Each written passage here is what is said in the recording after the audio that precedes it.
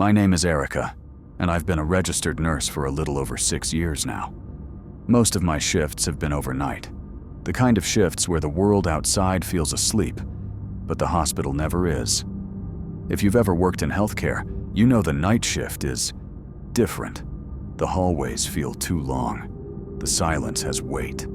Sometimes it feels like the hospital itself is watching you. I used to laugh when the older nurses told stories about patients who'd passed away but still rang their call lights, about whispers over the intercom when no one was at the nurses' station.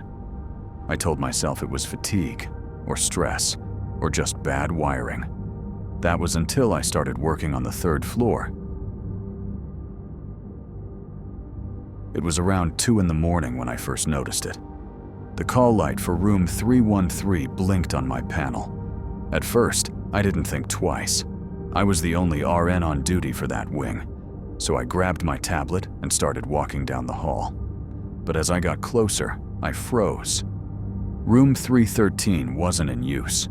It had been sealed off for renovations after a patient had passed away there a few months earlier.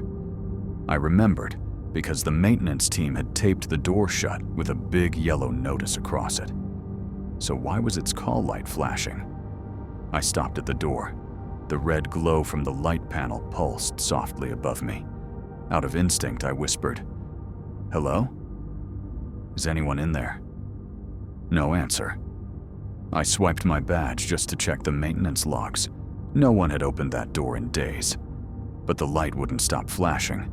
It felt wrong to ignore it, so I keyed in my override and opened the door. The smell hit me first. That faint, sterile scent, mixed with something metallic, like old blood. The bed frame was empty. The monitor was unplugged. And yet, there it was. That faint, rhythmic sound of a heart monitor beeping somewhere in the room. I turned toward the sound, but there was nothing there. Just my reflection in the dark window. Then, the call light turned itself off. I didn't tell anyone that night. I didn't want to sound paranoid. But the next night, at 3:12 a.m., the light came on again. This time, I wasn't alone. One of the CNAs, a guy named Mark, was nearby. I pointed to the blinking light on the board and said, "You see that?" He squinted, nodded, and said, "Room 313. That room's been empty for months." We went together. The hallway felt colder than usual. Not freezing, but enough that I could see the hairs on my arm stand up. When we reached the door, the call light was still flashing. I opened it slowly. Inside, nothing, except the air felt thick, heavy, like static before a storm. Mark swore under his breath. "Let's just go." We turned to leave when suddenly the intercom crackled above us. A soft female voice whispered, "Please, help me."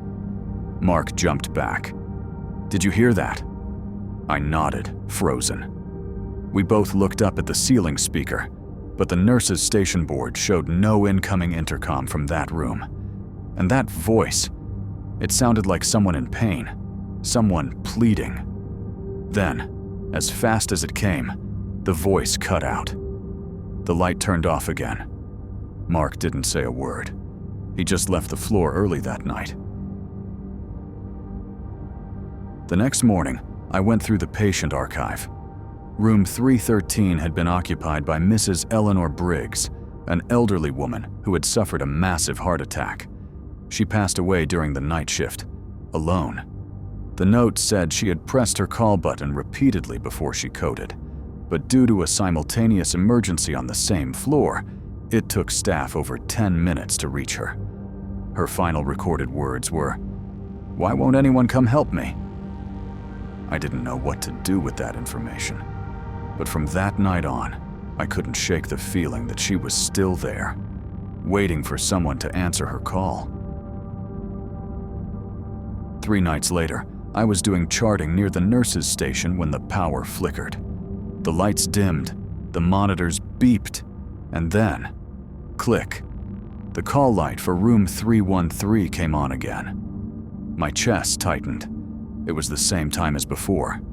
3:12 a.m. I grabbed my flashlight, this time determined to record what I saw. As I approached, the temperature dropped. My breath fogged in the air. When I reached the door, the light on the panel flickered erratically, faster, like it was signaling me. I whispered, "Mrs. Briggs, I'm here. Are you okay?" A cold gust brushed past me, pushing the door open just enough to see inside. There, in the reflection of the glass window opposite the bed, I saw her. A frail woman sitting upright in the bed, head turned toward the wall, her hand resting where the call button would have been. Her mouth moved, but no sound came out. When I looked back, the bed was empty again. The beeping returned for a few seconds, steady like a heartbeat, and then flatlined into silence. The next morning, I told my charge nurse what happened. She didn't laugh. She just stared at me quietly and said, "You're not the first to see her." She showed me security footage from that wing, time-stamped 3:12 a.m. It showed the empty hallway outside room 313. The call light above the door flicked on. Then, faintly, a figure moved across the frame. A woman in a hospital gown, dragging an IV pole, her head slightly tilted to the side. She stopped right at the door and vanished. I asked if I could get a copy of that footage. She said no. Administration doesn't like us keeping those kinds of things. A few weeks later, I put in a transfer request. I told myself I just needed a change of pace, a new unit. But deep down, I knew the real reason. On my last night, I walked the third floor one final time. Everything felt calm, quiet. When I reached room 313, I stopped. The yellow tape had been replaced with a new door tag. Under maintenance. I stood there for a while, whispering, "I'm sorry we couldn't help you, Mrs. Briggs." Then, the call light flicked on, just once. A single pulse of soft red light, and then it went dark forever. People always ask if I believe in ghosts. I never used to. But I do believe in regret, in echoes of pain, in the way energy lingers, especially in places where people have suffered alone. Hospitals are full of life, but they're also full of memories.